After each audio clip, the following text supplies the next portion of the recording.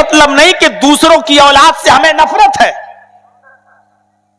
हमारे पड़ोस में रहने वाला अगर कोई पड़ोसी का बेटा बीमार हो जाए तो जाहिर है कि पड़ोसी अपने बेटे को लेकर हॉस्पिटल में जाएगा, एडमिट करेगा। जर्जी साहब को बुरा जरूर लगेगा कि उसका बेचारा बच्चा बीमार है। हम देखने के लिए जाएंगे, हम उसके पास आधा घंटा बैठ जाएंगे। गरीब होगा तो हम उसकी 2-4-5 हजार रुपए से मदद कर देंगे, लेकिन 24 घंटे तो हम उसके पास नहीं रहेंगे। अपना कारोबार छोड़कर तो हम उसके पास नहीं रहेंगे। लेकिन हमदर्दी है उसके साथ भी हमारी, देखने भी जाएंगे, जब वक्त मिलेगा तब देखेंगे भी, जरूरत होगी हम चलो कुछ मदद भी कर देंगे। लेकिन जो वक्त उसका बाप और उसकी मां उसको दे सकता है वो हम तो नहीं देंगे। लेकिन अगर जर्जी साहब का अपना बेटा बीमार हो जाए तो जर्जी साहब ऑफिस से छुट्टी भी लेंगे। अगर कोई बिजनेस करते हैं तो बिजनेस भी छोड़ेंगे, अपने बेटे को वक्त भी देंगे, उसके पास बैठे रहेंगे। जरूरत पड़ी तो अपना ब्लड भी देंगे और जरूरत पड़ी तो अपनी अलमारी की तिजोरी भी खोलकर पैसा भी पानी की तरह बहा देंगे, मेरा बेटा ठीक हो जाए। तो बेटे के साथ जो खास मोहब्बत है, इसका यह मतलब नहीं कि दूसरों के साथ हमें मोहब्बत नहीं है। तो रसूलुल्लाह की रहमत तो सबके साथ है, लेकिन जो उन पर ईमान लाया और जो मोहम्मद रसूलुल्लाह का फॉलोअर्स हुआ, जिसने इत्तिबा की और जिसने मोहम्मद रसूलुल्लाह का कलमा पढ़ के आपको अपना नबी और रसूल माना, उसके साथ खास मोहब्बत है। यहां बे उसी तखसीस का है, बिल मोमिनीन रऊफुर रहीम, मोमिनों के साथ उनकी कुछ खास रहमत है, मोमिनों के साथ खास मेहरबान है वो, कहीं जुल्म नहीं है। मेरे भाइयों, इसी चीज का जिक्र किया गया। लेकिन इस आयत से अगर कोई यह कहे कि दूसरों पर जालिम है तो वो बेवकूफ है, वो आदमी, उसने सही से इस्लाम को पढ़ा नहीं है, इस्लाम का सही से मुताला नहीं किया। अल्लाह के नबी सल्लल्लाहु अलैहि वसल्लम तो काफिरों के साथ भी हुस्ने सुलूक से पेश आ रहे हैं। सोचा आपने, वो जो पकड़ के गिरफ्तार किया गया था सुमामा इब्ने उसाल, पढ़िए बुखारी की रिवायत। सुमामा नबी को कत्ल के लिए आया और मामूली आदमी नहीं था, वो यमामा का गवर्नर था, यमामा का गवर्नर। अब सोचो, भेष बदल कर आया, चोला बदल के आया, मदीने में घुसा, नबी को कत्ल करना चाहता था लेकिन पकड़ा गया। जब पकड़ा गया तो उसको गिरफ्तार करके मस्जिद नबवी के अंदर एक खंबा था, एक सुतून था, उससे उसको बांध दिया गया। अल्लाह के रसूल को खबर पहुंची, सुमामा पकड़ लिया गया, गिरफ्तार कर लिया गया। आपने कहा अच्छा ठीक है, मैं आता हूं। जो नबी के कत्ल के इरादे से आया, शरीयत में उसकी सजा यह है कि उसको कत्ल कर दिया जाए, क्योंकि उसका इरादा था नबी को मारने का। उसने कबूल भी किया कि मैं मोहम्मद सल्लल्लाहु अलैहि वसल्लम के कत्ल के इरादे से आया था। अब सजा क्या है उसकी? कत्ल कर दिया जाए। लेकिन अल्लाह के नबी सल्लल्लाहु अलैहि वसल्लम जब मस्जिद नबवी में दाखिल हुए और खंबे से बंधे हुए सुमामा को देखा तो आपने उससे पूछा, माशा अनुका या सुमामा, अरे सुमामा क्या हाल है तुम्हारा, क्या हाल है? सुमामा ने कहा, गिरफ्तार करा के हाल पूछते हो मेरा? तेरे साथी मुझे गिरफ्तार करते हैं और तू हाल पूछता है मेरा? अल्लाह के नबी ने साहबा से पूछा, कोई तकलीफ तो नहीं दी इसको? पहला सवाल, कोई तकलीफ तो नहीं दी इसको? कहा बस गिरफ्तार ही किया है, मारा पीटा नहीं हूं मैं इसको, कुछ नहीं, बस बांध दिया है। आपने कहा ठीक है, इसका ख्याल रखो, खाना वक्त पे दो, पानी वक्त पे दो, जिस चीज की जरूरत हो उसका ख्याल रखो। मानवता और इंसानियत का इससे बेहतर दर्स हमें कहीं नहीं मिलता है। आपने सुमामा से पूछा, सुमामा बोलो तुम्हारे साथ क्या सलूक करूं, तुम ही बताओ। तो उसकी जबान से जो जुमला निकला उस जुमले को सुनिए, आप भी अफसोस करेंगे। गिरफ्त में आने के बाद भी ऐसा कह रहा है, हमें आज के इस दौर में अगर अरेस्ट कर लिया जाए, आज के इस दौर में सारी अकल ठिकाने निकल जाएगी।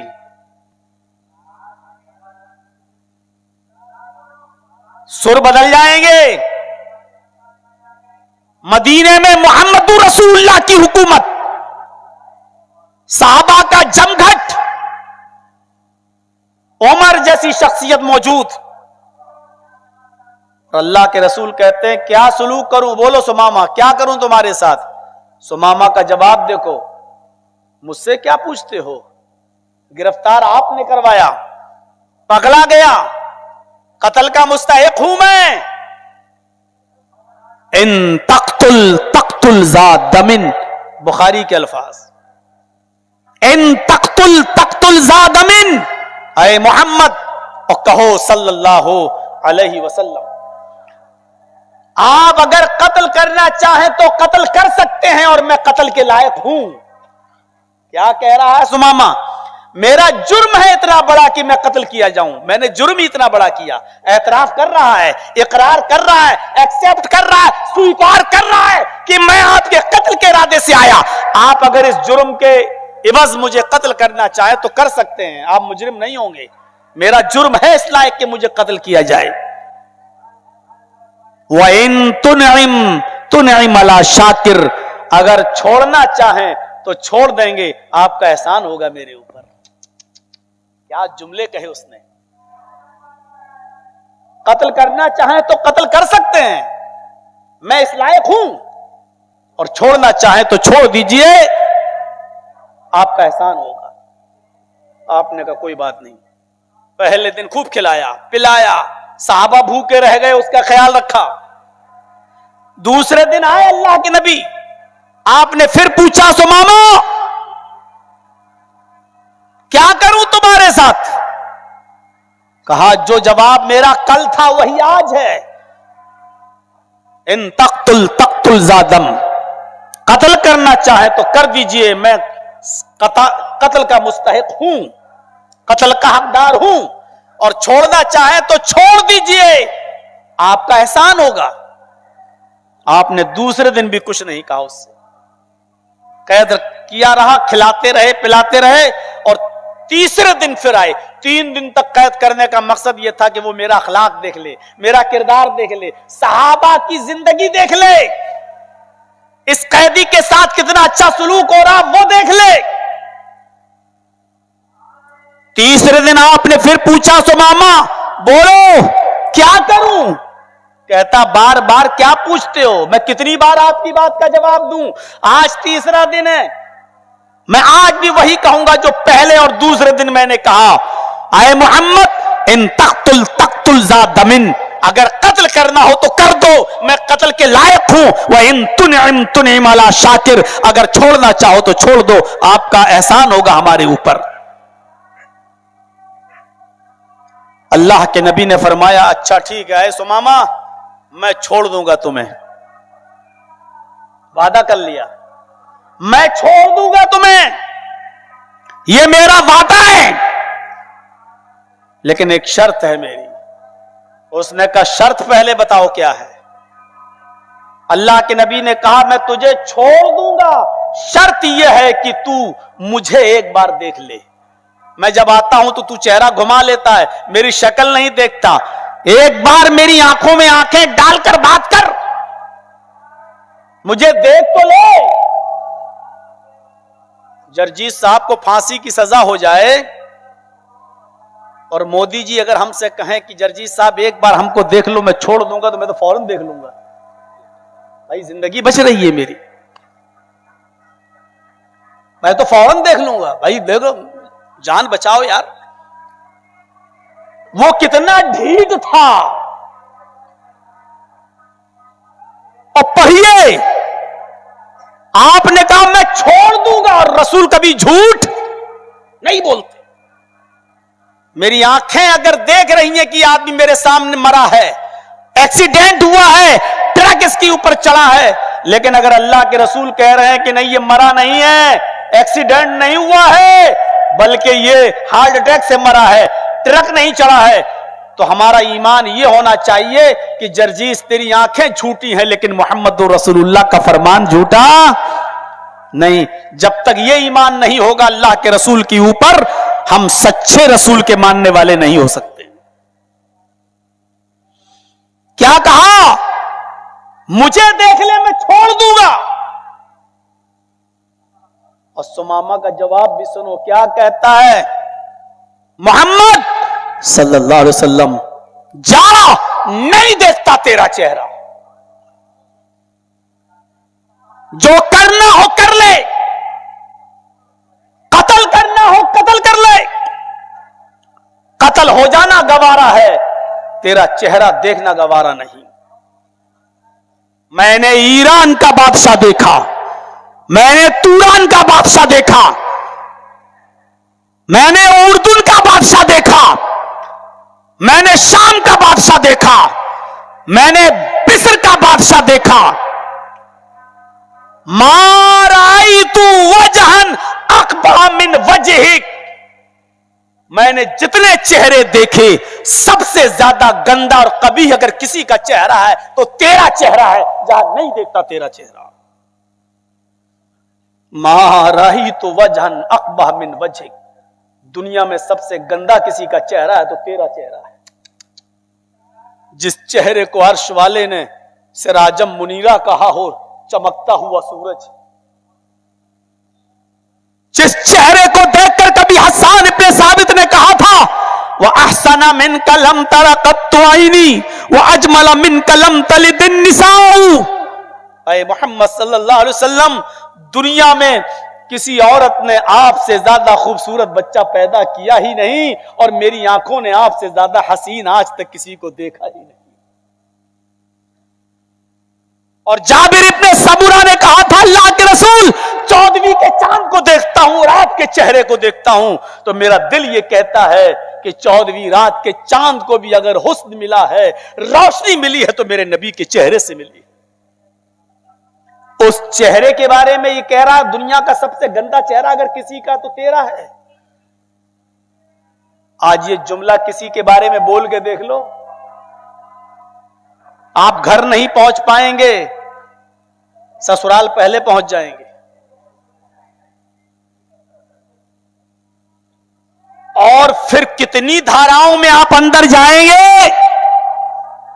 ये अभी आपको भी पता नहीं है। मदीना नबी का शहर, और गौर करो जब उसने कहा कि सबसे गंदा चेहरा आपका चेहरा, तो उमर फारूक का हाथ तलवार की मियान पे मचलने लगा, ये मचलने लगा। नबी अकरम ने ऐसे देखा और कहा, नहीं। आपने कहा, सुमामा मुझे नहीं देखता मत देख, चल मेरे शहर मदीना को देख ले, एक बार मेरे शहर में घूम ले, देख मेरे सहाबा की जिंदगी कैसी है, अमन कितना है, शांति कितनी है, मेरी तालीम का असर मदीना में क्या हुआ, एक बार मदीना देख ले, मुझे नहीं देखता मत देख, मेरा शहर देख ले। कहता है, आए मोहम्मद, मैंने ईरान देखा, तुरान देखा, फिलिस्तीन देखा, अलजायर देखा, उर्दू देखा, शाम देखा, मिस्र देखा, अगर सारे शहरों में सबसे गंदा शहर कोई का है तो यही मदीना है, जहां नहीं देखता मदीना, ना तुझे देखता ना तेरे शहर को देखता। सल्लल्लाहु अलैहि वसल्लम। हजरत उमर फारूक की हाथ तलवार पे मचल रही है, निकलने की देर है, नबी अकरम के इशारे का इंतजार कर रहे हैं, लेकिन अल्लाह के नबी फरमाते हैं, उमर तुम तलवार न निकालो, तलवार निकालने में बहुत जल्दी करते हो। अल-खसाइस अल-कुबरा में अल्लामा सियूती नकल करते हैं कि अल्लाह के नबी ने फरमाया, क्या उमर तलवार निकालने में तुम बहुत जल्दी करते हो, जब तुम्हारे हाथ से तलवार बाहर आती है तो मोहम्मद आसमान की पेशानी पे पसीना देख लेता है, तलवार अंदर रखो। आपने कहा, जाओ इसको छोड़ दो।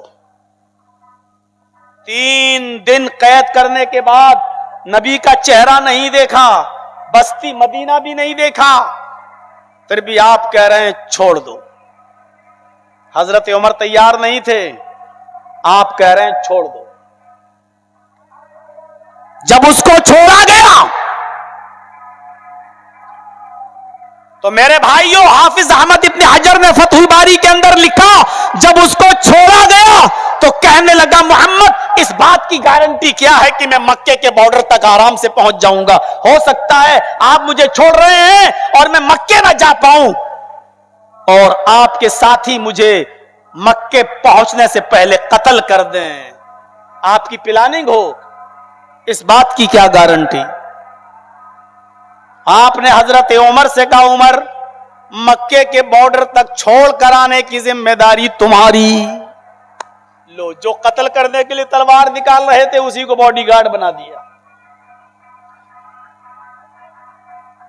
जो कत्ल करने के लिए तलवार निकाल रहे थे, आपने उन्हीं को कहा, उमर अब ये मेरा हुक्म है कि यमामा के गवर्नर सुमामा को कोई तकलीफ ना हो, मक्के के बॉर्डर तक छोड़ के आओ, फिर वापस आ जाओ। मक्के में ये चला जाए उसके बाद तुम्हारी कोई जिम्मेदारी नहीं, लेकिन मक्के के बॉर्डर तक छोड़ने की जिम्मेदारी तुम्हारी। हजरत उमर लेके जा रहे हैं। सोचो, खुश दिली के साथ लेके जा रहे होंगे। उनका बस चले तो सबसे पहले इसकी गर्दन उड़ाते हैं, ये नबी का दुश्मन। लेकिन अब हिफाजत की जिम्मेदारी उमर फारूक की। चलो, सबका हुक्म ठुकराया जा सकता है लेकिन मोहम्मदुर रसूलुल्लाह का नहीं। मेरी मर्जी भी नहीं, लेकिन फिर भी बात मानेंगे, इसलिए कि नबी का हुक्म है और नबी का हुक्म मानना अपनी मर्जी की कुर्बानी देने का नाम है। तुम्हारे दिल में जो भी है उसको कुर्बान कर दो, लेकिन रसूल का हुक्म छूटने ना पाए। लेके जा रहे हैं। सुमामा ने कहा, उमर नहाऊंगा। 2 मील गया, सिर्फ 2 मील। कहा मैं नहाना चाहता हूं। कहा ये कुआं है, इसी पे नहा लो। हजरत उमर तलवार निकाल कर इंतजार कर रहे हैं, कोई आदमी इसकी तरफ दौड़े नहीं। वो नहाता है, कुएं पे नहाता है, गुस्ल करता है, दूसरे कपड़े पहनता है और उल्टा फिर मस्जिद नबवी की तरफ भाग रहा है। हजरत उमर ने कहा, तुझे मैं मक्का के बॉर्डर पे छोड़ने जा रहा हूं, इधर कहां जा रहा है? सुमामा मस्जिद की तरफ भाग रहा है, उमर पीछे पीछे। ये क्या कर रहे हो? उमर पकड़ नहीं पाए, वो मस्जिद नबवी की चौखट को पकड़ लेता है और पकड़ने के बाद कहता है, आए मोहम्मद इब्ने अब्दुल्लाह। अल्लाह के नबी मस्जिद में बैठे थे, सहाबा के साथ बैठे थे। नबी ने उसके चेहरे की तरफ देखा, खड़े हो गए, फरमाया, मैंने तुम्हें आजाद कर दिया, मैंने तुम्हें छोड़ दिया, और तुम क्या हुआ? किसी ने परेशान किया? कहा नहीं। कहा उमर ने तंग किया? कहा नहीं। फिर क्यों आए हो? कहा गया था आपकी इजाजत से, आया हूं अपनी मर्जी से। किस लिए आए हो? मैंने तो तुम्हें छोड़ दिया। कहा छोड़ा कहां है? अखलाक की बरसात करके, रहमो करम की बारिश करके आपने मुझे अपना गुलाम बना लिया है। आपने कहा साफ साफ बोलो सुमामा, क्या चाहते हो? कहा अल्लाह के रसूल, यमामा की गवर्नरी का ताज अपने पैरों से ठुकराना चाहता हूं और आपके पैरों के जूते अपने हाथ से उठाकर साफ करना चाहता हूं। मैं आपके जूतों को साफ करने के लिए आपका गुलाम बनकर चला आया। मैंने यमामा की गवर्नरी छोड़ दी और मैं इस्लाम कबूल करने के लिए चला आया। अरे अल्लाह के रसूल, मुझे कलमा पढ़ा दीजिए, मुझे इस्लाम के अंदर दाखिल होना है। और मस्जिद में दाखिल होता है, ये कलमा पढ़ता है, अशहदु अल्ला इलाहा इल्लल्लाह व अशहदु अन्ना मुहम्मदन अब्दुहु व रसूलुहु। ये कलमा पढ़कर इस्लाम कबूल कर लेता है। मेरे भाइयों, अपनी हुकूमत, अपनी सरकार, अपनी अथॉरिटी, अपना पावर, लेकिन कोई जुल्म नहीं होने दिया। नबी का अखलाक देखा और इस्लाम ले आया। मेरे प्यारे साथियों, ये गैर मुस्लिमों के साथ नबी अकरम का रहमो करम था। सोचो, जिसका गैर मुस्लिमों के साथ सलूक ये हो तो वो तो मोमिनों के साथ बहुत खास रहमत वाला है, तो मोमिनों के साथ उसकी रहमत कितनी खास होगी। मिसवाक करते हैं? ना करते हो तो शुरू कर दीजिए। अल्लाह के रसूल ने इस मिसवाक को अपने मरजुल मौत में भी नहीं छोड़ा। बुखारी शरीफ किताबुल जनाइज पढ़िए और नबी अकरम के इंतकाल की कैफियत देखिए। हजरत आयशा सिद्दीका की रान पर आपका सर है और आखिरी दिन है, फजर और जुहर के बीच अल्लाह के रसूल अल्लाह को प्यारे हो गए। इसी बीच में हजरत आयशा के भाई मिसवाक करते हुए आए। अल्लाह के नबी सल्लल्लाहु अलैहि वसल्लम की आवाज बंद हो चुकी थी, अल्फाज नहीं निकल रहे थे। आपकी नजर उस मिसवाक के ऊपर पड़ी तो आपने हजरत आयशा से इशारा किया, ये मिसवाक। हजरत आयशा ने कहा, अल्लाह के नबी क्या मिसवाक करेंगे? आपने सर हिलाया। हाँ, हजरत आयशा ने अपने भाई से मिसवाक ले ली, अल्लाह के रसूल को दे दी। अल्लाह के नबी ने मिसवाक की तो हजरत आयशा से कहा, यानी ये सख्त है, टाइट है, इसको अपने दांतों से कुचल दो, नरम कर दो।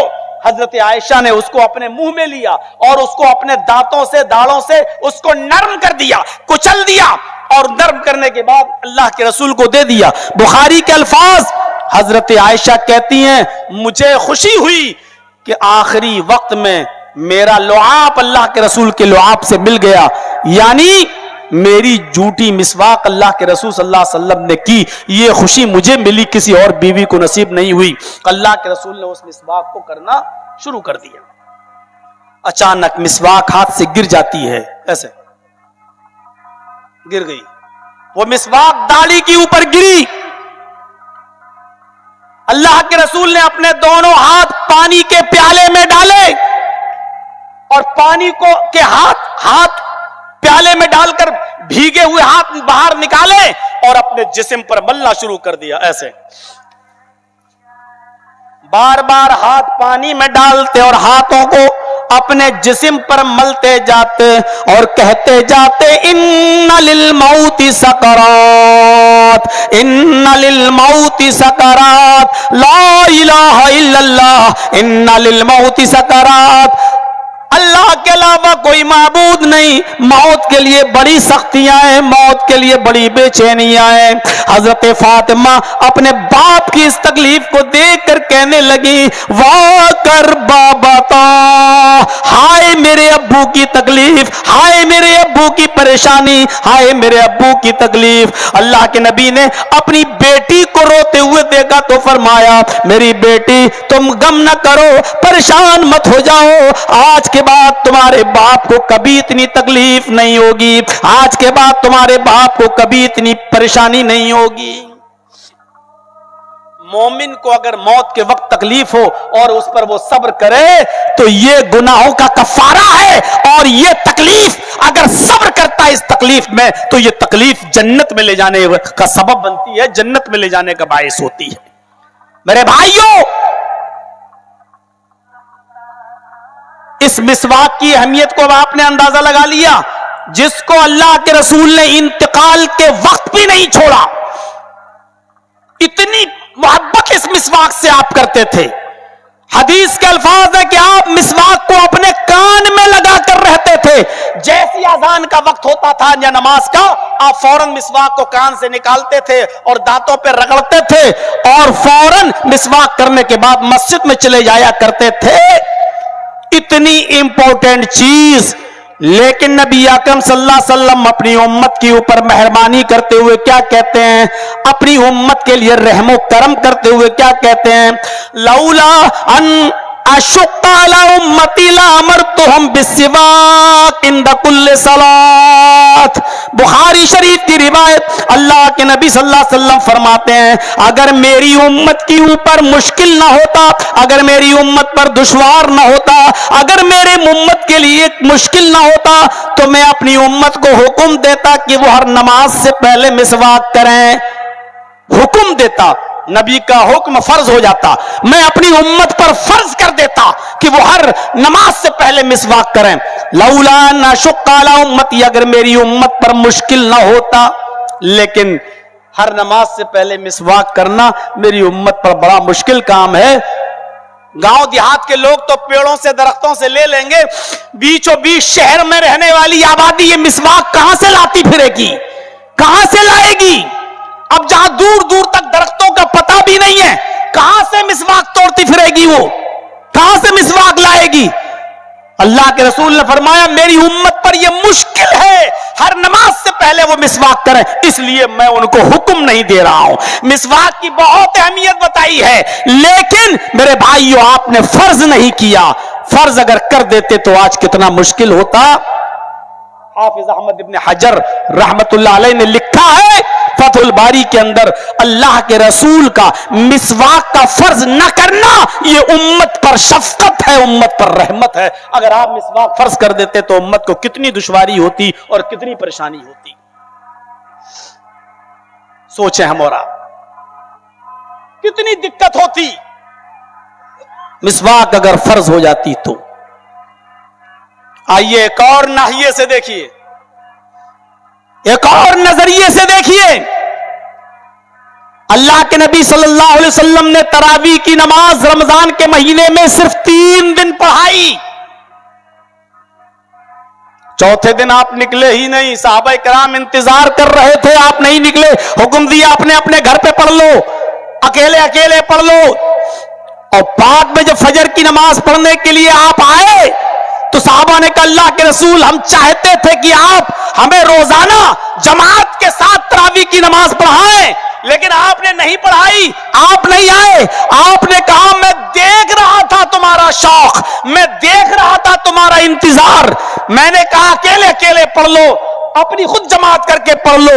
मैं इसलिए नहीं निकला कि मुझे डर लगा, मुझे खदशा हुआ कि अगर मैंने 1-2 दिन और जमात के साथ अगर नमाज पढ़ा दी तो कहीं अल्लाह की तरफ से जिब्राइल इस नमाज की फर्जियत का हुक्म लेकर नाजिल ना हो जाएं और इस नमाज को फर्ज न करार दे दें। अगर ये नमाज फर्ज हो जाएगी तो तुम्हारे ऊपर कितनी बड़ी मुसीबत हो जाएगी। मैंने इस नमाज को जमात के साथ इसलिए फर्ज नहीं पढ़ाया, बाद में नहीं निकला, मुझे खदशा हुआ कहीं तुम्हारे ऊपर फर्ज ना कर दी जाए।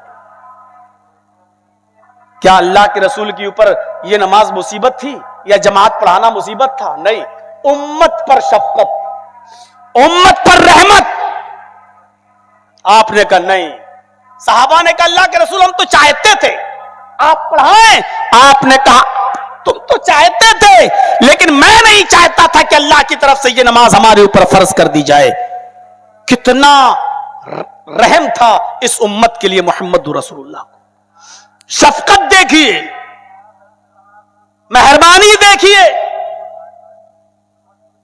बुखारी किताबुन निकाह के वो अल्फाज भी इसमें शामिल कर लीजिए कि अल्लाह के रसूल सल्लल्लाहु अलैहि वसल्लम से मुलाकात करने के लिए 3 सहाबा जाते हैं, 3 सहाबी, लेकिन अल्लाह के रसूल घर पे नहीं है तो वो लोग अल्लाह के रसूल की बीवियों से मिलके आते हैं। हजरत आयशा उसमें शामिल थी। वो लोग मुलाकात किए तो जब पता चला कि अल्लाह के नबी घर पे नहीं है तो इन तीनों सहाबी ने हजरत आयशा से पूछा, अम्मी आयशा हम अल्लाह के रसूल की इबादत के बारे में जानना चाहते हैं कि आप कितनी इबादत करते थे। हम भी इबादत करना चाहते हैं, आप बताइए। तो घर में जो इबादत होती थी वो बता दिया। अल्लाह के रसूल इतनी देर सोते थे, फिर उठते थे, फिर तहज्जुद पढ़ते थे, महीने में इतना रोजा रखते थे, इतना छोड़ते थे नफली, सब बता दिया। अब ये तीनों लोग बाहर निकले। जब ये तीनों सहाबी बाहर निकले, बुखारी के अल्फाज, आपस में गुफ्तगू करने लगे। कअन्नहुम तकाल्लूहा, इन तीनों ने नबी अकरम की इबादत को कम समझा। क्या कहने लगे? अल्लाह के रसूल तो बख्शे बख्शाए हैं, वो तो जन्नती हैं, वो अगर इतनी इबादत नहीं भी करेंगे तो उनका क्या है, वो तो जन्नती हैं, हमें उनसे भी ज्यादा इबादत करना चाहिए। तो एक सहाबी उनमें से क्या कहते हैं, मैं आज के बाद कभी रोजा नहीं छोड़ूंगा, हमेशा दिन में रोजा रखूंगा, कभी खाऊंगा पीऊंगा नहीं, हमेशा रोजा रखूंगा। दूसरे साहबी कहते हैं अच्छा तुम दिन भर रोजा रखोगे, कभी नहीं छोड़ोगे? कहा नहीं, दूसरे ने कहा कि अब मैं रात भर नमाज पढ़ूंगा, कभी नहीं सोऊंगा। एक ने दिन ले लिया, एक ने रात ले ली। एक ने कहा मैं दिन भर रोजा रखूंगा, कभी नहीं छोड़ूंगा। दूसरे ने कहा कि मैं रात भर नमाज पढ़ूंगा, कभी नहीं सोऊंगा। अब तीसरे ने कहा कि मैं छोटे बाप की औलाद थोड़ी हूं, मैं भी बड़े बाप का बेटा हूं। दिन तुमने ले लिया, रात तुमने ले ली, मैं दिन में रोजा भी रखूंगा और रात में नमाज भी पढ़ूंगा। दिन में रोजा भी रखूंगा और रात में नमाज भी पढ़ूंगा। और तीसरा एक काम और करूंगा, आतजिलुन निसा, औरतों से अलग रहूंगा, बीवी के करीब नहीं जाऊंगा। बीवी भी छोड़ दूंगा, नहीं तलाक नहीं दूंगा, लेकिन करीब नहीं जाऊंगा। बीवी के पास जाओ, फिर नहाओ धो, पता चला फजर गई, ये गई, मैं करीब ही नहीं जाऊंगा। आप लोग समझदार हैं, बहुत ज्यादा खुलकर नहीं बोला जा सकता है। अना आतजिलुन निसा, मैं बीवी के करीब भी नहीं जाऊंगा, छोड़ दूंगा। अल्लाह के रसूल को पता चला कि इन तीन लोगों ने इस किस्म की बात की, तो आपने कहा ये तो बेमौत मर जाएंगे बेचारे। दिन भर एक जाकर इबादत ही करता रहेगा तो सूख के कांटा हो जाएगा, और एक रात भर जागता रहेगा, उसका हाल क्या होगा। और तीसरा तो और, वो तो कह रहा रोजा भी रखूंगा, इबादत भी करूंगा और बीवी के करीब भी नहीं जाऊंगा। तो आप उनके पास आए, आप उनके पास आए और कहा मैंने ऐसा ऐसा सुना, अंतुमुल्लज़ी कुल्तुम कज़ा व कज़ा, क्या वो तुम ही लोग हो जो ऐसा ऐसा कह रहे थे। आपने उन तीनों से कहा क्या तुम, वो तीनों लोग तुम ही हो जो ऐसा ऐसा कह रहे थे। कालू नाम, हाँ। कहा आप, कहा हम। अरे अल्लाह के रसूल आप तो बख्शे बख्शाए हैं, हमें तो और ज्यादा इबादत करना चाहिए। आपने कहा अच्छा तुम दिन भर रोजा रखोगे, कहा जी। तुम रात भर नमाज पढ़ोगे, कहा जी। अच्छा तो तुम रोजा भी रखोगे, नमाज भी पढ़ोगे और बीवी से अलग रहोगे, कहा इरादा तो यही है। आपने कहा अच्छा सुनो, अल्लाह से डरने वाला कौन है ज्यादा, तुम या मैं। नहीं नहीं अल्लाह के रसूल आप सबसे ज्यादा अल्लाह से डरने वाले हैं। अल्लाह का खौफ तुम्हारे अंदर ज्यादा है या मेरे अंदर। कहा नहीं अल्लाह के रब्बी आपके अंदर। अल्लाह का नबी कौन है, तुम या मैं। कहा नहीं नहीं अल्लाह के रसूल आप हैं, अल्लाह के नबी आप हैं, अल्लाह के पैगंबर। तो अल्लाह के नबी ने कहा जब मैं नबी हूं, मैं रसूल हूं और तुम में सबसे ज्यादा अल्लाह से डरने वाला मैं हूं, तो मेरे नक्शे कदम पे तुम्हें चलना है। मेरा हाल यह है कि मैं रात में सोता भी हूं और नींद पूरी करने के बाद एक आखिरी पहर में उठता भी हूं और तहज्जुद भी पढ़ता हूं। और मेरा एक उसूल यह है कि नफली रोजे रखता भी हूं और छोड़ता भी हूं, मुसलसल नहीं रखता हूं, कभी रख लिया और कभी छोड़ दिया। और मेरा उसूल यह भी है कि मैं अपनी बीवियों के करीब भी जाता हूं, अपनी बीवी से भी मिलता हूं। आपने फरमाया यही मेरा तरीका है। तुम भी नफली रोजे रखने का बहुत शौक है ना, तो रखो, महीने में 3 रोजे रख लिया करो, हर हफ्ते 2 रोजे रख लिया करो, जुमरात के दिन का और सोमवार के दिन का। महीने में 3 रोजे रख लिया करो अय्याम 20 के, इजाजत है तुम्हारे लिए, लेकिन कभी नहीं छोड़ेंगे, ये जुल्म है अपने आप पर। आपने कहा कि रात को सोना भी है इसलिए कि तुम्हारे ऊपर तुम्हारी आंख का भी हक है, तुम्हें बीवी के पास भी जाना है इसलिए कि तुम्हारे ऊपर तुम्हारी बीवी का भी हक है, तुम्हें रोजा छोड़ना भी है और रखना भी है नफली इसलिए कि तुम्हारे ऊपर तुम्हारी सेहत का और तुम्हारी जवानी का भी हक है। आपने तमाम चीजें बताने के बाद फरमाया यही मेरा तरीका है, यही मेरी सुन्नत है।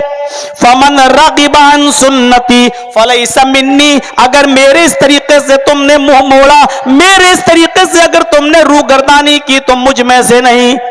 रात भर नमाज पढ़ने के बावजूद मुसलमान नहीं, दिन भर रोजा रखने के बावजूद मुसलमान नहीं। बीवी को छोड़ना कोई अच्छी बात थोड़ी है, ये शरीफों की अलामत थोड़ी है, बीवी को छोड़ दिया जाए।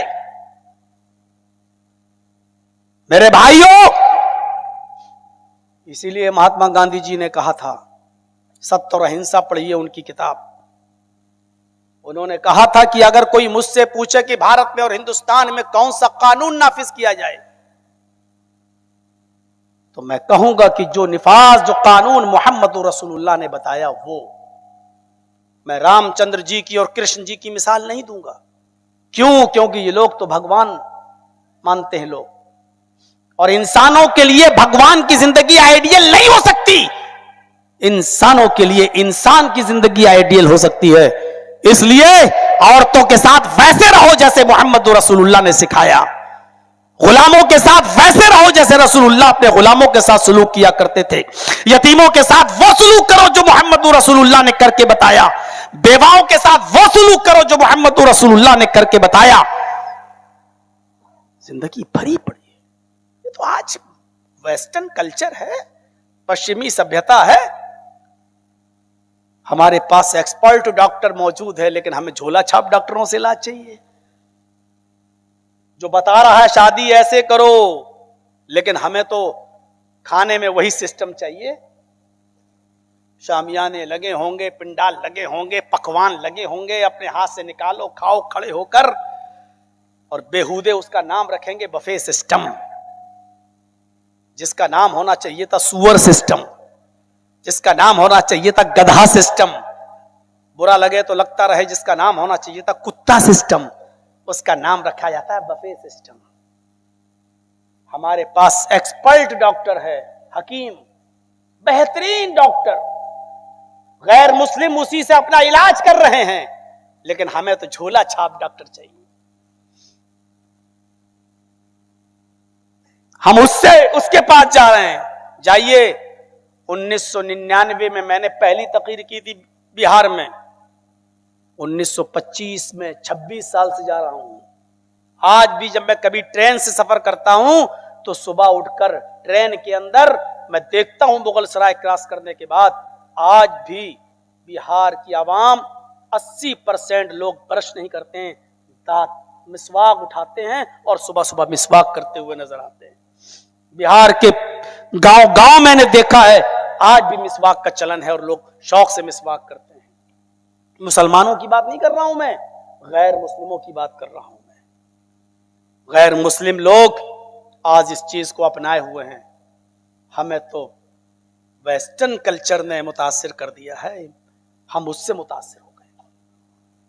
मेरे प्यारे साथियों, अल्लाह के रात भर नमाज पढ़ने के बाद भी आपने कहा कि तुम मुसलमान नहीं, ये मेरी सुन्नत है ही नहीं। रात भर नमाज पढ़ने वाला और इसको मामूल बनाने वाला, जब अल्लाह के नबी कह रहे वो मुझ में से नहीं, तो रात रात भर क्रिकेट खेलने वालों, रात रात भर कैरम बोर्ड खेलने वालों, तुम्हारा शुमार किन में किया जाए?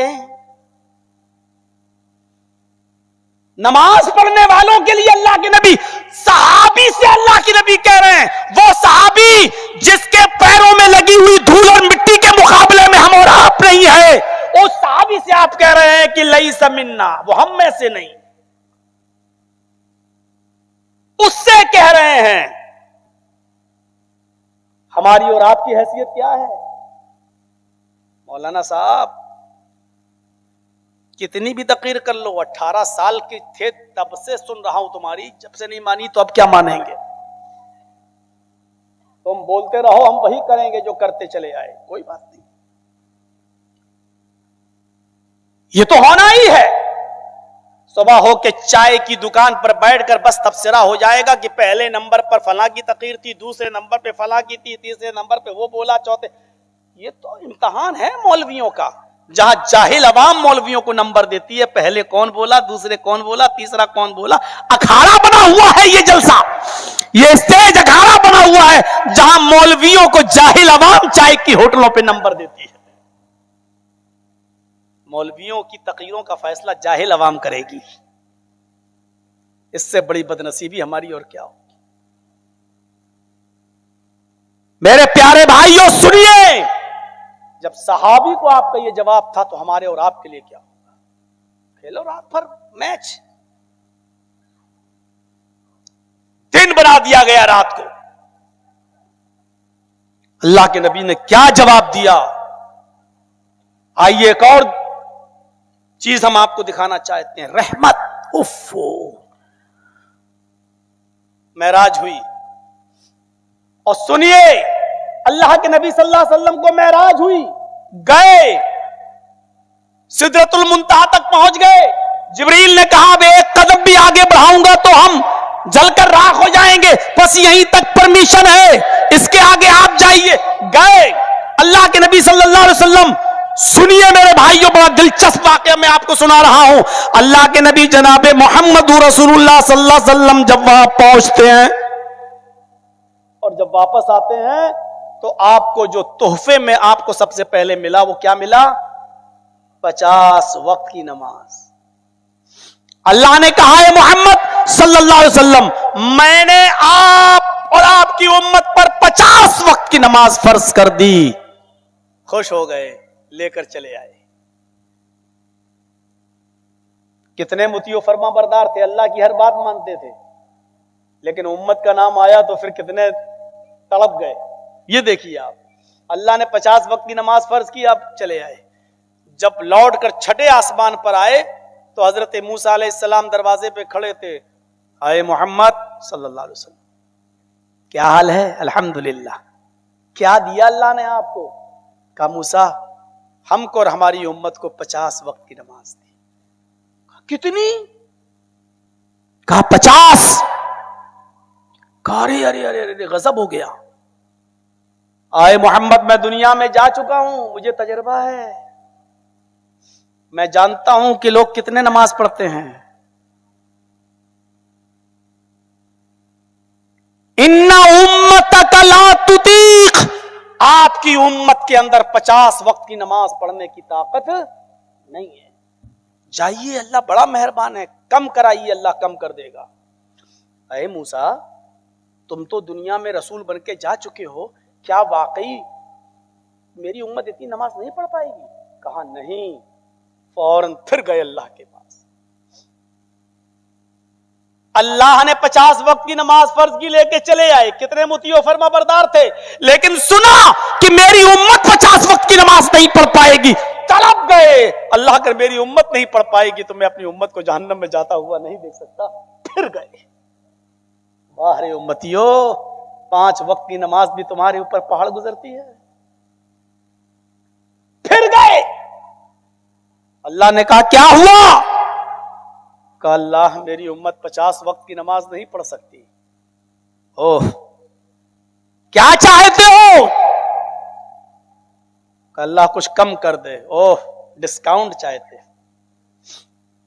कंसेशन। अल्लाह मेरी उम्मत नहीं पढ़ पाएगी, कम कर दे।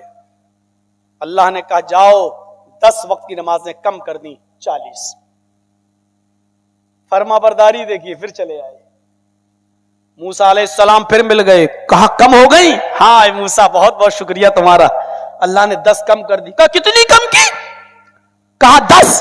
कहा अभी 40 वक्त की है। कहा मेरा तजर्बा है 40 वक्त की भी नहीं पढ़ पाएगी आपकी। तो कहा फिर जाइए। कहा अल्लाह के नबी ने कहा बार बार जाऊं? कहा अरे बड़ा मेहरबान है तुम्हारा रब, जाओ। इन्ना उम्मत ला तुतीक, 40 वक्त की नमाज की ताकत नहीं आपकी उम्मत में। फिर चले गए। अल्लाह ने कहा क्या हुआ? कहा अल्लाह 40 भी ज्यादा है। अच्छा अच्छा अच्छा, और कम कर दूं? जी जाओ, 10 और कम कर दी, 30। फिर मूसा अलैहिस्सलाम मिल गए। कहा कितनी रह गई? कहा 30।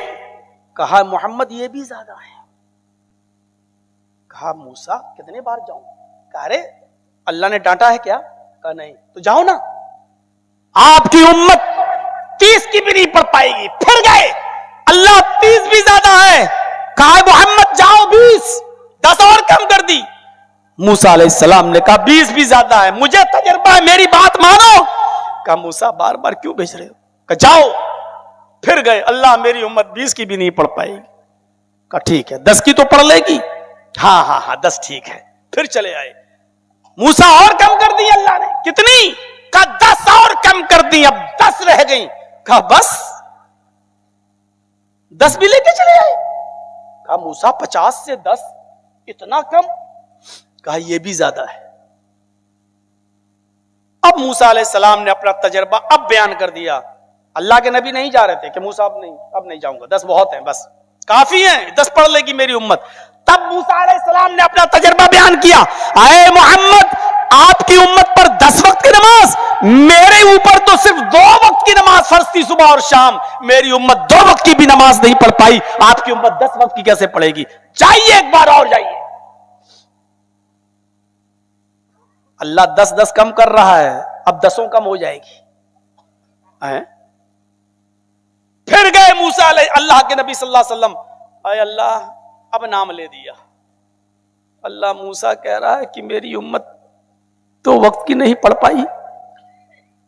अल्लाह तो जानता ही है कि कौन भेज रहा है। तो कहा, अच्छा और कम चाहते हो? कहा जाओ 5, आधी और कम कर दी।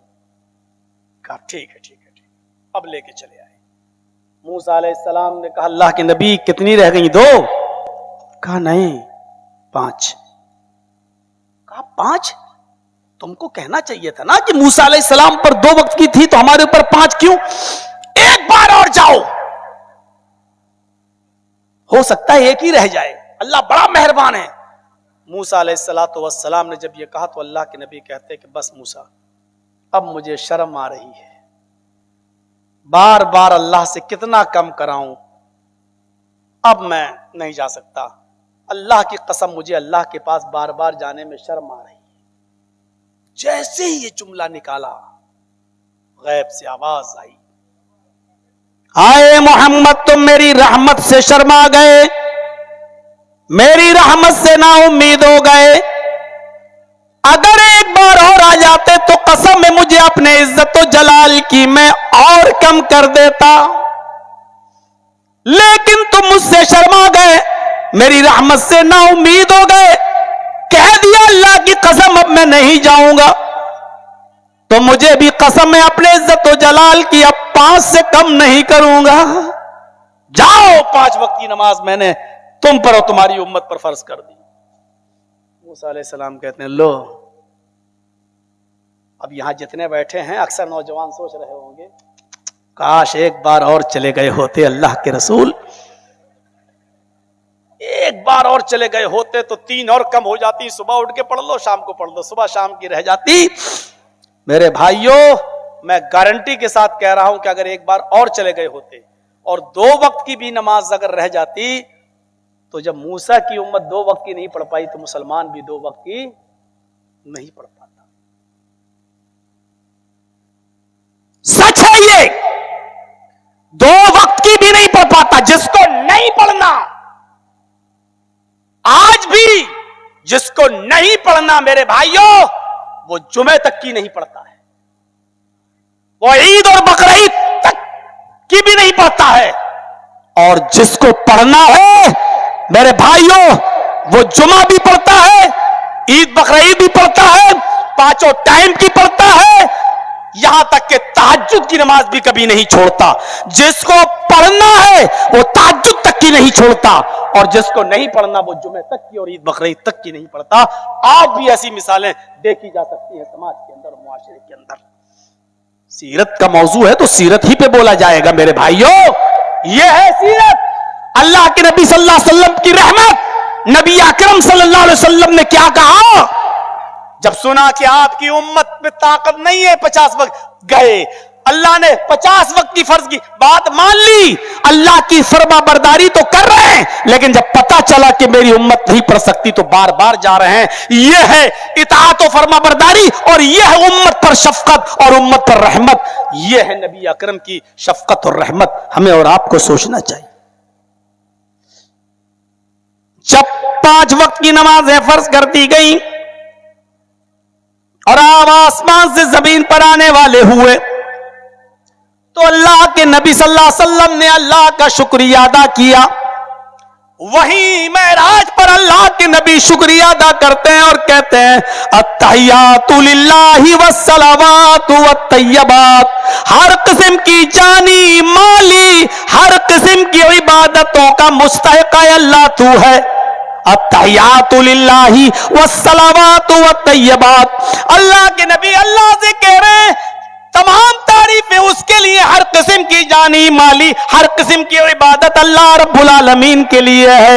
जैसी अल्लाह के नबी ने अल्लाह का शुक्रिया अदा किया तो अल्लाह ताला ने उसका जवाब फौरन दिया और जवाब देते हुए फरमाया, अस्सलामु अलैका अय्युहन नबी, आए नबी आपके ऊपर सलामती हो, आए नबी अल्लाह की रहमत हो आपके ऊपर। अस्सलामु अलैका अय्युहन नबी व रहमतुल्लाहि व बरकातुहू, आए नबी आपके ऊपर सलामती हो, रहमत हो अल्लाह की और बरकतें हो उसकी। अल्लाह के नबी ने जब सुना कि अल्लाह ने सिर्फ मेरा नाम लिया, अस्सलामु अलैका अय्युहन नबी, ऐ नबी आपके ऊपर सलामती हो और अल्लाह की रहमतें और बरकतें हो, तो फौरन कहा नहीं, आए अल्लाह सिर्फ मेरे ऊपर नहीं, अस्सलामु अलैना व अला इबादिल्लाहि सालिहीन, ऐ अल्लाह तेरी रहमतें हम पर भी हो और तेरे साले और नेक बंदे यानी मेरी उम्मत के ऊपर भी तेरी रहमतें हो और तेरी सलामती हो। अल्लाह के नबी उस मौके पर भी अपनी उम्मत को नहीं भूल रहे हैं। रोजाना आपके पास आने वाला एक बार चुनाव जितवा दो 5 साल आपके पास नहीं आएगा, मुसीबत में आपको भूल जाएगा, खुशी में आपको भूल जाएगा, जब खुशी हो गई तो भूल जाएगा। मैं तो 26-25 साल से बिहार का हाल देख रहा हूं। मेरे भाइयों, इतनी बड़ी खुशी मिली है मोहम्मद रसूलुल्लाह को, मेराज हुई, अल्लाह ने अपने करीब बुलाया, तोहफा मिला नमाज, और जहां अल्लाह ताला अपने नबी को याद कर रहा है और अपने नबी से कह रहा है अस्सलामु अलैका अय्युहन नबी, ऐ नबी आप पर सलामती हो व रहमतुल्लाहि व बरकातुहू, और अल्लाह की रहमतें और बरकतें हो। इस मौके पर भी ये नहीं कि अल्लाह ने मुझे नवाजा है, नहीं, अपनी उम्मत को नहीं भूले। क्या कहा, ऐ अल्लाह इस खुशी के मौके पर सिर्फ मुझ पर ही नहीं, अस्सलामु अलैना, तेरी सलामती हम पर भी हो, व अला इबादिल्लाहि सालिहीन, और अल्लाह के साले और नेक बंदे जो तेरे मेरे उम्मती होंगे उन पर भी तेरी रहमतें और तेरी बरकतें नाजिल हों। यह है जनाब मोहम्मद रसूलुल्लाह सल्लल्लाहु अलैहि वसल्लम का अपनी उम्मत को याद रखना और शफकत और मेहरबानी और रहमत। उम्मत क्या सबूत पेश कर रही है। मेरे भाइयों, आप नमाज पढ़ोगे तो अपने लिए तो मांगने जा रहे हो, उसमें जब आप ये कहोगे अस्सलामु अलैका अय्युहन नबी, तो उसमें आप ये भी तो कहोगे अस्सलामु अलैना व अला इबादिल्लाहि सालिहीन। आप नमाज में अपने लिए दुआ करने नहीं जा सकते हो, अल्लाह की रहमतें और बरकतों का सवाल अपने लिए नहीं, जो अपने लिए नहीं मांग सकता है उससे बड़ा बदबख्त कौन हो सकता है। मेरे भाइयों, हमें और आपको 5 वक्त नमाज की पाबंदी करनी चाहिए, क्योंकि यही वो नमाज है जो अल्लाह के रसूल को अल्लाह ने तोहफे में दी थी, और अल्लाह के रसूल ने आखिरी वक्त भी कहा था अस्सलाह औ मा मलकत ऐमानुकुम, लोगों मैं इस दुनिया से जा रहा हूं, नमाज पढ़ते रहना, नमाज पढ़ते रहना, नमाज पढ़ते रहना। ये नबी की शफकत थी। एक शफकत और, एक रहमत और सुन लीजिए अल्लाह के रसूल की। अल्लाह ने आदम को भेजा, अल्लाह ने नूह को भेजा, अल्लाह ने जकरिया को भेजा, यहया को भेजा, इब्राहिम को भेजा, याकूब को भेजा, इदरीस को भेजा, मूसा को भेजा, ईसा को भेजा। दुनिया में बहुत से नबी आए। सारे नबियों को इस दुनिया में जब भेजा तो अल्लाह ने हर नबी को एक दुआ से नवाजा। ये एक दुआ ऐसी है जो हम तुम्हारी जरूर कबूल करेंगे। हर दुआ कबूल करना ये मेरे ऊपर जरूरी नहीं है, लेकिन एक दुआ हम तुम्हारी मर्जी के मुताबिक कबूल करेंगे। इख्तियार है, बोलो क्या मांगते हो। आदम से लेकर मुहम्मदुर रसूलुल्लाह सल्लल्लाहु अलैहि वसल्लम तक जितने भी नबी आए, अल्लाह ने सबको एक एक दुआ मांगने का इख्तियार दिया। इख्तियारी दुआ, इख्तियार दिया, जो मांगोगे हम तुम्हें देंगे। लिकुल्ल नबिय्यिन दावतुन, अल्लाह ने हर नबी को एक दुआ का इख्तियार दिया। अल्लाह के नबी फरमाते हैं, सारे नबियों ने जल्दबाजी कर ली, जितने भी आए सब ने दुआ मांग ली और अल्लाह ने दुनिया में उनको दे दिया। इब्राहिम ने अपनी दुआ मांग ली, इस्माइल ने अपनी मांग ली, यहया ने अपनी मांग ली, जकरिया ने अपनी मांग ली, यूसुफ ने अपनी मांग ली, याकूब ने अपनी मांग ली, नूह ने अपनी मांग ली, मूसा ने अपनी मांग ली, ईसा ने अपनी मांग ली। जो मांगा अल्लाह ताला ने उन नबियों को दे दिया, नवाज दिया। जब उसने मोहम्मद रसूलुल्लाह सल्लल्लाहु अलैहि वसल्लम को इस दुनिया में भेजा तो नबी अकरम सल्लल्लाहु अलैहि वसल्लम से फरमाया, एक दुआ का इख्तियार तुम्हें भी है, जो मांगोगे तुम्हें दिया जाएगा। जो कहोगे मैं तुम्हें दूंगा, बताओ क्या है तुम्हारी दुआ। हजरत आयशा कहती है अल्लाह के नबी 2-2 महीने घर में चूल्हे नहीं जलते, भूखी रह जाती हूं, 2-2 महीने पानी और खजूर पे गुजारा चलता। अल्लाह से तंगी दूर करने की दुआ मांग लीजिए, जिंदगी भर हम आराम से खाएंगे पिएंगे, हमें फाके से नौबत नहीं आएगी। अल्लाह के नबी फरमाते हैं आयशा अगर मैं अल्लाह से ये दुआ भी मांगू कि अल्लाह इस ओहद पहाड़ को तू हमारे लिए सोने का बना दे, सफा और मरवा को हमारे लिए सोने का बना दे, तो अल्लाह की कसम ये ओहद पहाड़ अल्लाह आज हमारे लिए सोने का बना देगा। और जहां मैं चलूंगा ये पहाड़ भी मेरे साथ साथ चलेगा, लेकिन मैं आज भी अल्लाह से पहाड़ को सोना नहीं मांगूंगा, चांदी नहीं मांगूंगा। अल्लाहुम्मा जअल्ली फी हयाती मिस्कीनन, ऐ अल्लाह जब तक तू मुझे जिंदा रखे मिस्कीन बना के जिंदा रखना, फकीर बना के जिंदा रखना, जब मुझे उठाए तो फकीर और मिस्कीन बनाकर उठाना। ऐ अल्लाह कयामत के दिन जब मेरा हश्र हो, जब मुझे लोगों के सामने इकट्ठा किया जाए तो मिस्कीनों फकीरों में मेरा हश्र करना।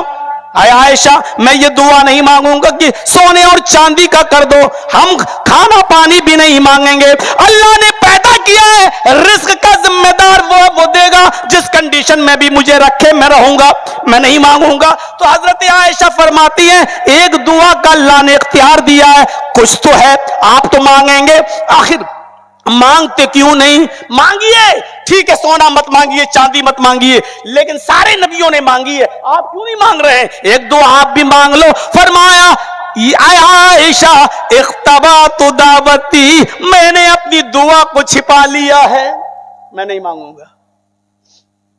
हजरत आयशा कहती है कब तक, फरमाया कि मैं अपनी पूरी जिंदगी उस दुआ को नहीं मांगूंगा, मैं उस दुआ को कयामत के दिन के लिए छिपा कर रखा हूं।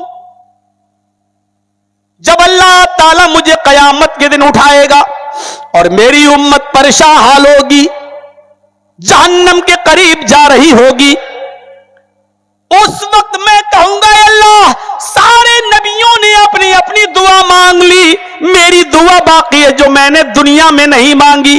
ऐ अल्लाह आज मैं वो दुआ मांगना चाहता हूं, अल्लाह मुझे इजाजत देगा? क्या है मोहम्मद, हाँ तुम्हारी दुआ बाकी रह गई है, मांगो, क्या मांगते हो? उस वक्त मैं दुआ मांगूंगा। हजरत आयशा कहती है क्या दुआ मांगेंगे? फरमाया रहमतल उम्मती, उस दिन मैं अपनी उम्मत पर रहमो करम की दुआ मांगूंगा, अल्लाह से कहूंगा कि अल्लाह मेरी उम्मत को बख्श दे, अल्लाह मेरी उम्मत पर रहम फरमा। मैंने उस दुआ को कयामत के दिन के लिए छुपा कर रख लिया है, जब मेरी उम्मत परेशान होगी उस वक्त मैं उम्मती उम्मती कहूंगा और अल्लाह से अपनी उम्मत की शिफाअत के लिए दुआ करूंगा। अल्लाह मुझे इजाजत देगा, मैं सजदे में गिर जाऊंगा, अल्लाह की हम्दो सना बयान करूंगा, फिर अल्लाह ताला कहेगा सर उठाओ, आए मोहम्मद जो मांगोगे तुम्हें दिया जाएगा, मांगो क्या मांगते हो? उस वक्त मैं अपनी उम्मत की सिफारिश कराऊंगा, अपनी उम्मत के गुनाहगारों को जन्नत में ले जाने की कोशिश करूंगा। यह दुआ मैंने छिपा कर रखी है।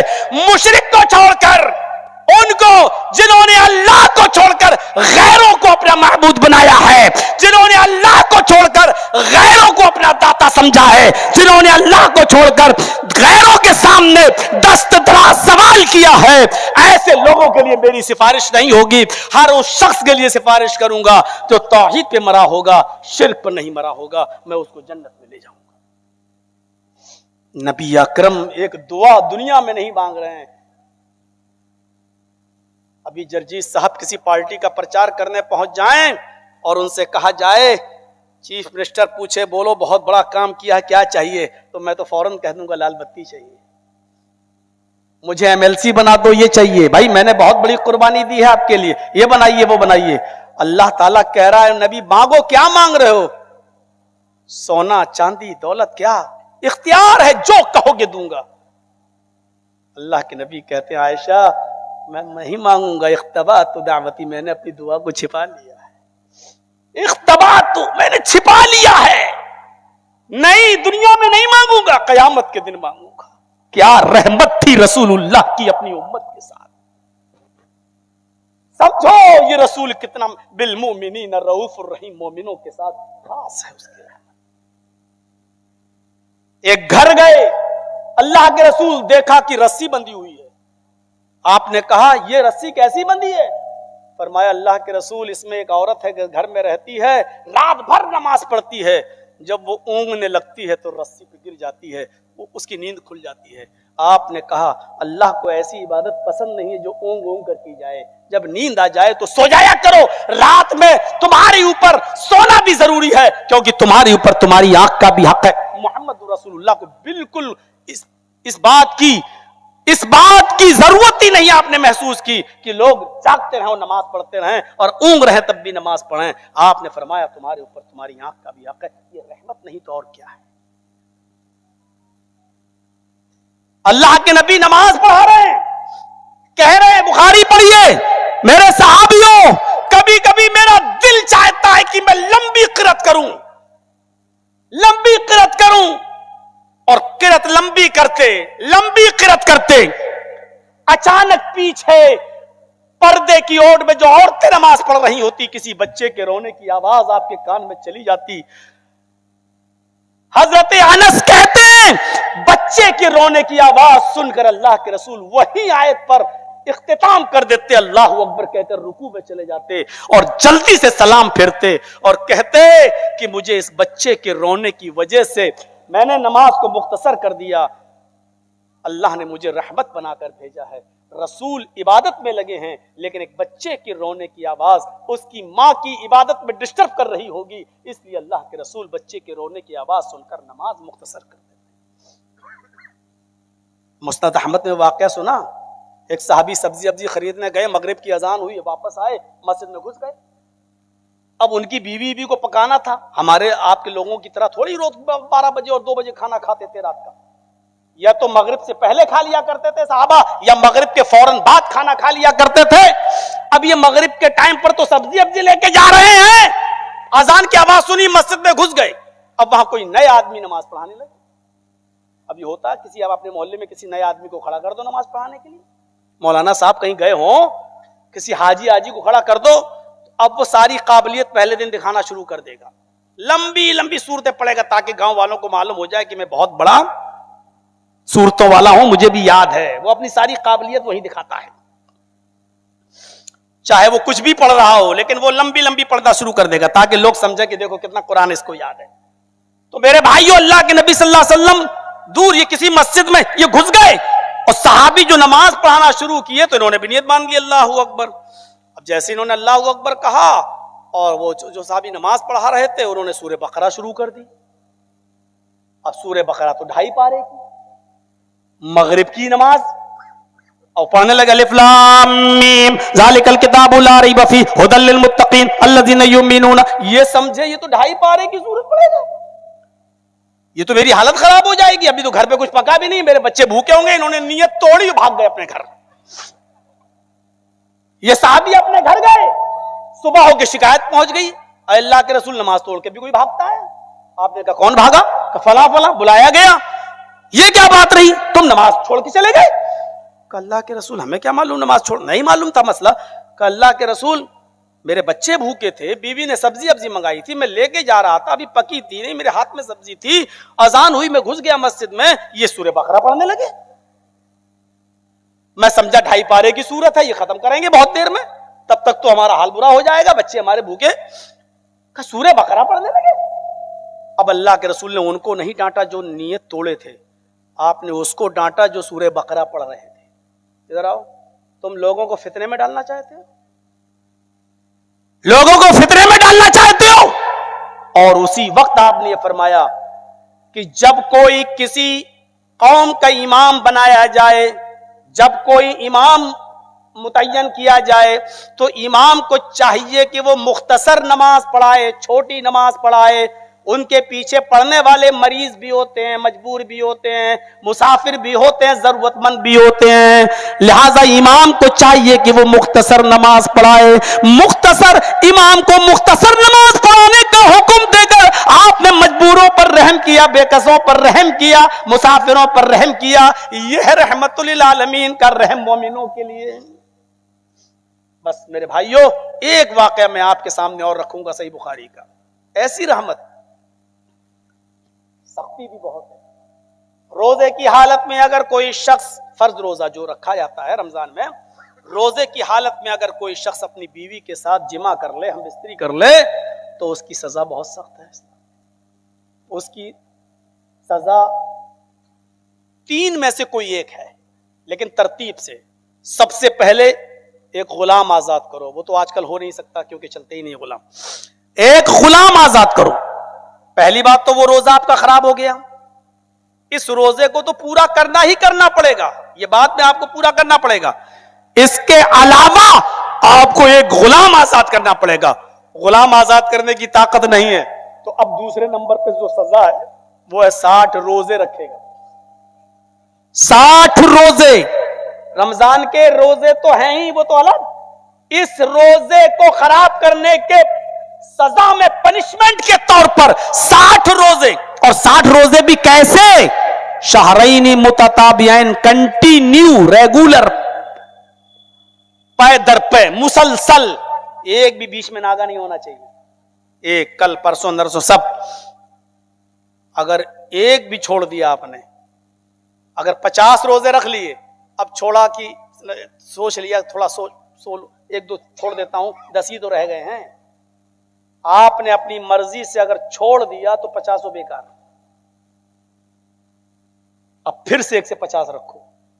बीमार हो तो अलग बात, डॉक्टर ने अगर दवा खाने को कहा 3 टाइम और आप नहीं रख सकते, मजबूरी में छोड़ रहे हैं तो वो चलेगा, उज्र है वो चलेगा, लेकिन बिला उज्र के अगर आप छोड़ रहे हैं तो सब बेकार। 60 रोजे पे दर पे कंटिन्यू, और 60 रोजे रखने की भी ताकत ना हो तो फिर क्या करेगा? 60 मिस्कीनों को खाना खिलाएगा। लेकिन जब तक 60 रोजे पूरे हो नहीं जाएंगे, बीवी के करीब नहीं जा सकता। घर से नहीं निकालेगा, लेकिन करीब, अब आप समझदार हैं, यानी अपनी बीवी से अपनी जरूरत पूरी नहीं कर सकता जब तक कि 60 रोजे पूरे ना हो जाएं। ऐसे ही 60 मिस्कीनों को खाना खिलाना पड़ेगा। अब वो आपकी ऊपर है, आप 60 मिस्कीनों को बुलाकर एक दिन खिला दीजिए, आप कल चले जाइए अपनी बीवी के पास, अरे आज खिलाइए, आज ही जाइए। या आप एक एक करके खिलाना चाहें तो 2 महीने खिलाइए, 60 दिन तक रोज एक मिस्कीन को बुलाइए और खाना खिलाइए, लेकिन जब तक 60 पूरे नहीं हो जाएंगे आप अपनी बीवी के पास नहीं जा सकते। वो आपके ऊपर है। 10-10 करके 6 दिन खिला दीजिए, एक एक करके 60 दिन खिलाइए, या 60 को एक दिन बुला के खिलाइए। जब तक 60 पूरे नहीं होंगे आप अपनी बीवी के करीब नहीं जा सकते। एक सहाबी अपनी बीवी के पास चले गए, रहमत देखिए रसूल की। एक सहाबी अपनी बीवी के पास चले गए और बाद में एहसास हुआ तो अल्लाह के नबी के पास आए। बुखारी की रिवायत, कहा हलक तो या रसूल अल्लाह, मैं बर्बाद हो गया अल्लाह के रसूल। आपने कहा क्या हुआ?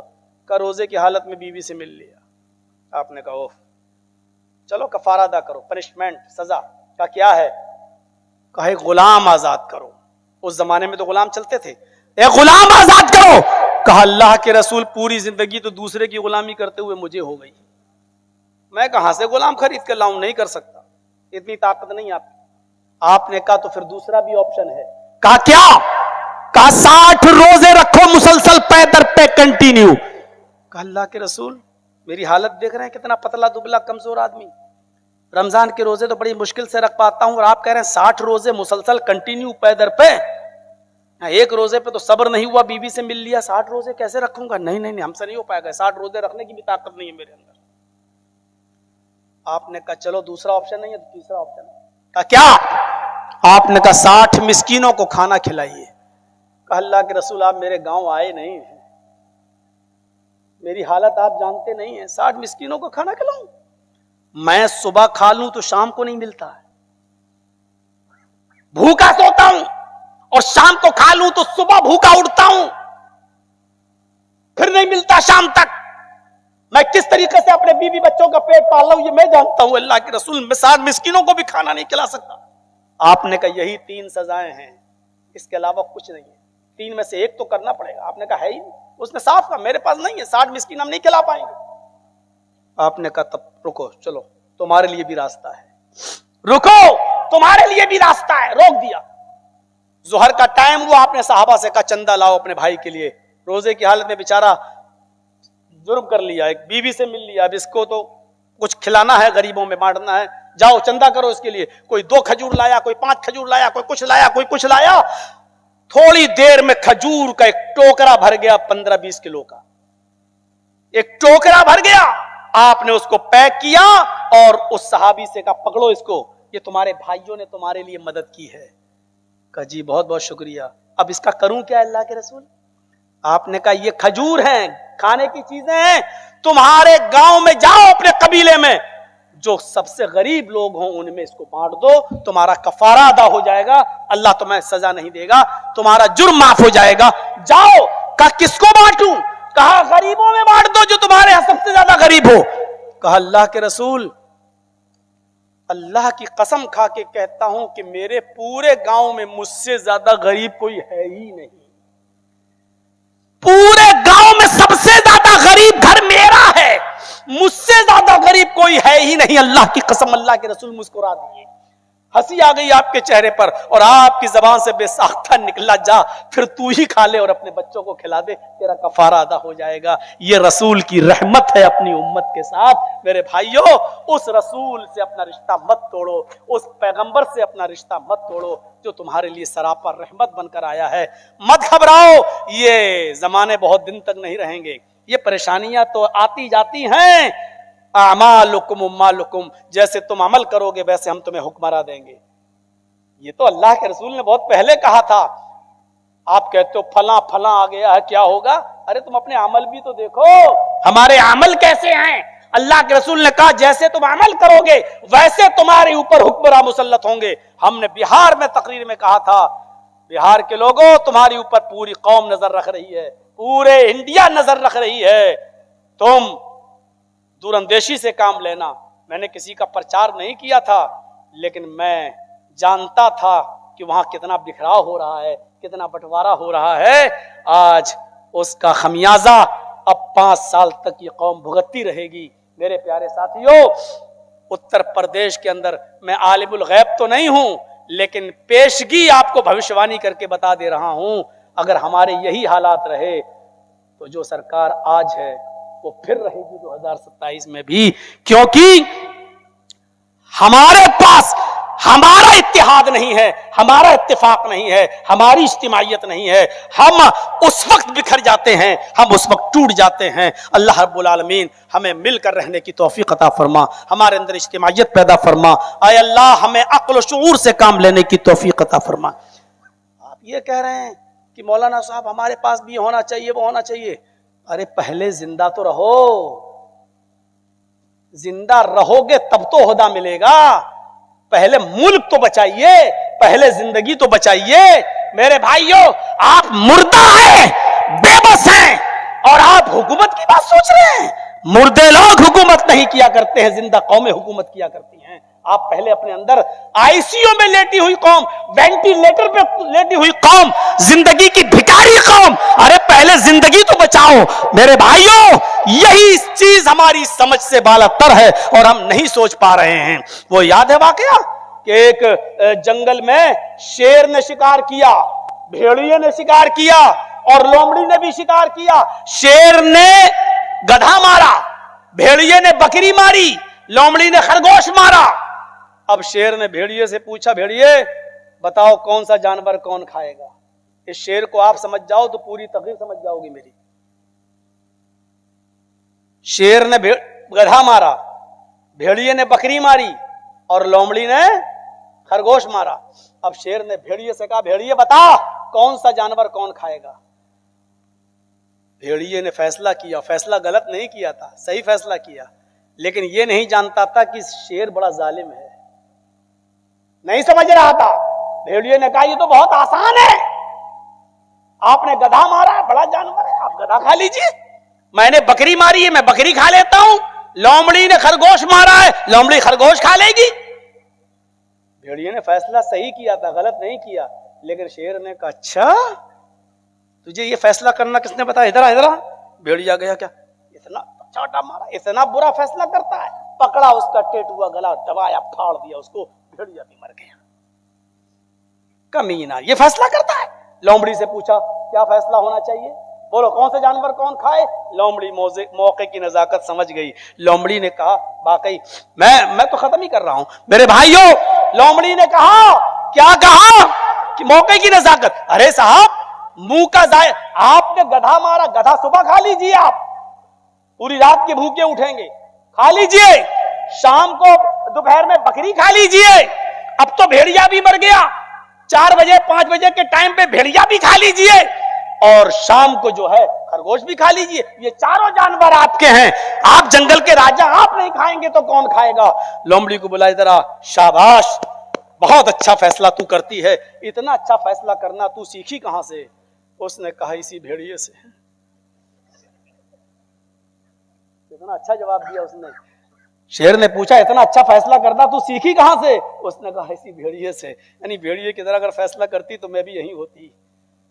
तो मेरे भाइयों, मौके की नजाकत को समझो कि आप कहां बैठे हैं, किस जगह हैं, क्या हैं। इस वक्त बैनर लेकर चलने की जरूरत नहीं है, आई लव मोहम्मद के पोस्टर उठाने की जरूरत नहीं है। रसूल की मोहब्बत को दिल से अपनाइए और रसूल के बताए हुए तरीके पर चलकर मोहब्बत का सबूत दीजिए। मस्जिदों को फजर में भर दीजिए।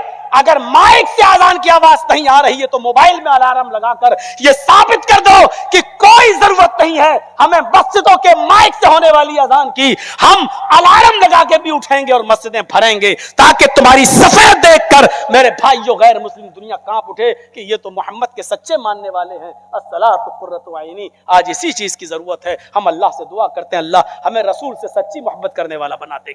मेरे भाइयों, मौलाना जर्जीस के साथ तकरीर खत्म होते वक्त सेल्फी लेना, फोटो खींचना, हाथ मिलाना ये मोहब्बत की निशानी नहीं है, इसलिए मुझे इससे बचाइएगा।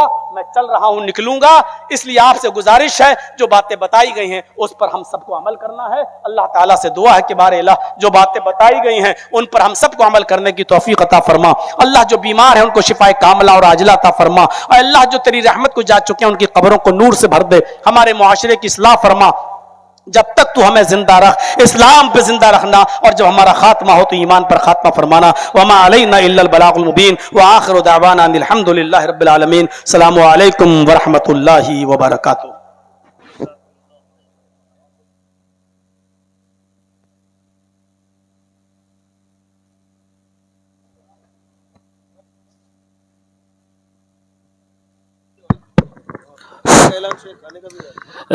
तमामी हजरात से गुजारिश है कि खाने का इंतज़ाम है, खाना खा करके जाएंगे। मस्जिद में खाने का इंतज़ाम है, वहाँ खाना खा करके जाएंगे।